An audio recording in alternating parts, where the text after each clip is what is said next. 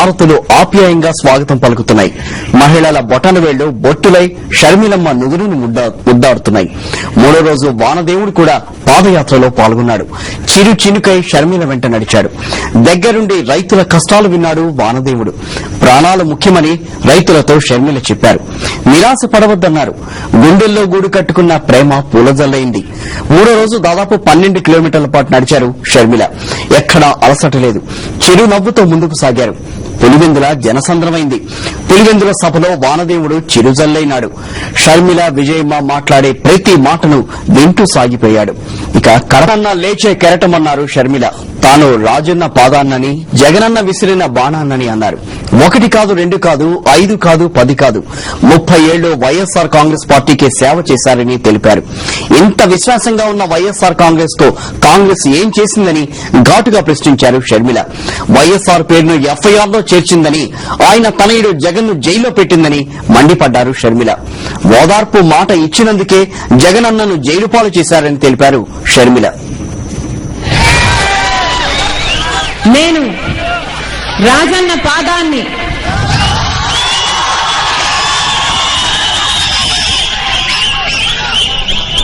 నేను జగనన్న విసిరిన బాణాన్ని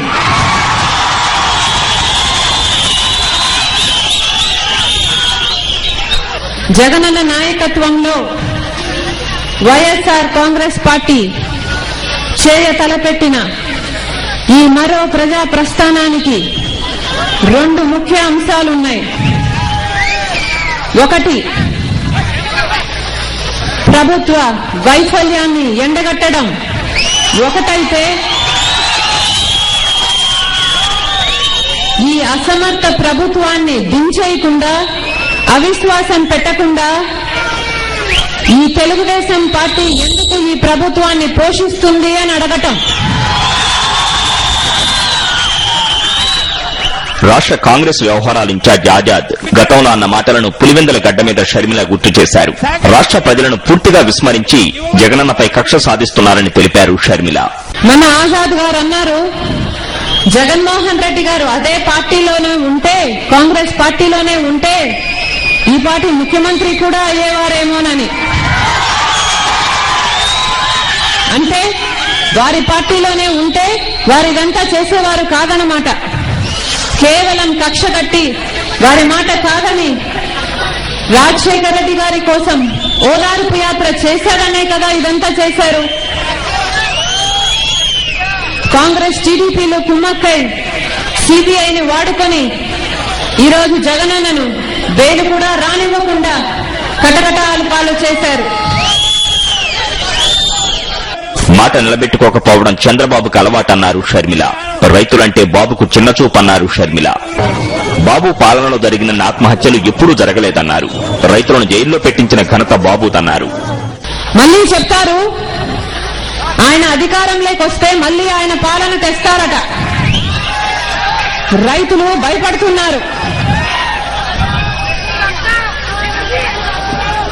ఈ కుమ్మక్కు రాజకీయాలకు నిరసనగా ఈ రోజు జగనన్న ఈ మరో ప్రజా ప్రస్థానాన్ని మొదలు పెట్టించారు.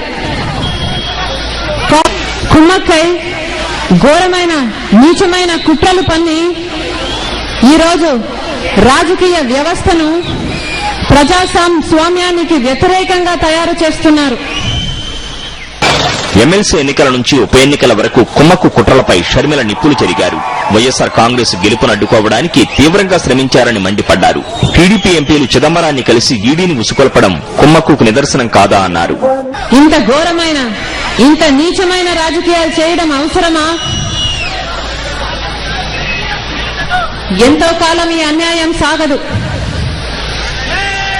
ఒక రోజు వస్తుంది, ఎట్లాగైతే ఎగిసే కెరటాన్ని ఆపలేరో, ఎట్లాగైతే ఉదయించే సూర్యాన్ని ఆపలేరో, ఆ రోజు జగనన్నను కూడా ఆపలేరు. ఆ రోజు వచ్చినప్పుడు దేవుడు జగనన్నను బయటికి తీసుకొస్తాడు. ఆ రోజున ఈ కాంగ్రెస్ పార్టీకి, ఈ తెలుగుదేశంకు మనుగడ ముగుస్తుంది.